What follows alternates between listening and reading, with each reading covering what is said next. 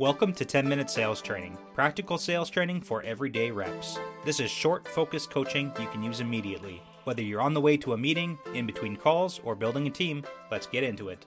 In this episode, we're talking about how confusion kills deals. Now, if you want to increase your close ratio without changing your product, your leads, or your pricing, you need to improve your clarity, because confusion kills deals. Not price, not competition, it's confusion. When a prospect is confused, they do not say yes. They don't even usually say no. They say, I need to think about it. And what that often means is, I'm not clear enough to decide. So today, we're talking about communicating like a professional. Not louder, not more charismatic, clearer. So, first principle, make your point early. A lot of reps warm up for too long. They circle the topic, they over-explain, they add the unnecessary chit-chat and context. By the time they reach the main point, the client is already mentally fatigued. So instead, lead with clarity. So instead of saying, so what we do is we've been around for a while and we specialize in, try something more clear. Today, we're going to identify where you're exposed and decide whether it makes sense to fix it. That's clear. That's direct. Professionals don't ramble. They guide. Now, the second principle, keep it simple. You've probably heard this before. If you confuse, they snooze. Industry jargon does not impress clients. It distances them. If you're selling insurance, don't hide behind the technical language. If you're in B2B, don't rely on buzzwords.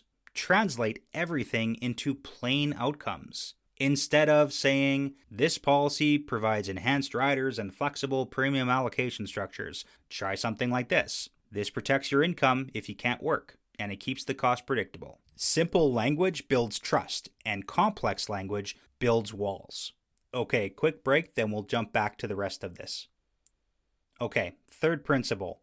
One question, one answer. When a client asks a question, answer that question directly. Don't dodge it. Don't pivot immediately. Don't over-answer either. If they ask about price, answer about price. Then regain control by asking a follow-up question. So for example, you can answer, that option would be $185 per month. Based on what we discussed earlier about protecting your income, does that feel reasonable? So, clear, controlled, professional. If you avoid directly answering their questions, it will create skepticism. Directness is what builds the credibility. So, one question, one answer. Now, fourth principle, control your pace and your tone. Communication isn't just words. It's about delivery. If you speak too quickly, you sound nervous. If you speak too slowly, you sound unsure. If your volume fluctuates wildly, you sound emotional. So consider this formula. Calm plus confidence plus control equals credibility. So pause intentionally. Silence is not a weakness. Silence is authority when you use it appropriately. When you finish explaining something important, pause. Let it land. Average reps fill the silence because they're uncomfortable, but professionals let the silence work for them. Now, fifth principle, make it a conversation. Sales is not a monologue. It should be a guided dialogue. After key points, ask engagement questions. So things like, does that make sense? Would that be helpful in your situation? Is that something you've thought about before? Those are not filler, they're checkpoints. But you have to wait for a response. That keeps the client mentally involved, and involvement increases that ownership.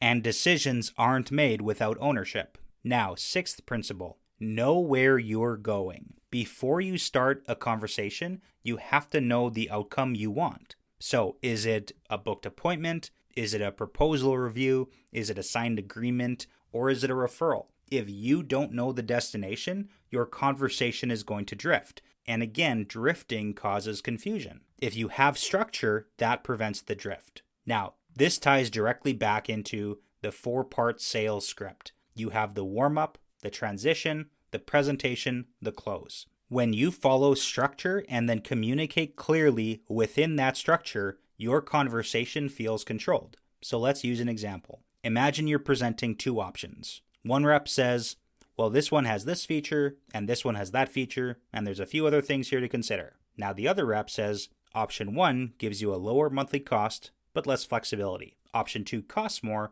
but locks in stronger protection. Based on what you told me earlier about stability, which direction feels more aligned? That is clarity. That is direction, and that is decision. Now here's something else important. When clients say, I need to think about it, often what they mean is, I do not feel clear. And that's why clear always beats cleverness, it beats persuasiveness and pressure. So here's the assignment. Record yourself explaining your product in under 2 minutes. Then listen back and ask yourself, did I ramble? Did I use jargon? Did I clearly state the benefit?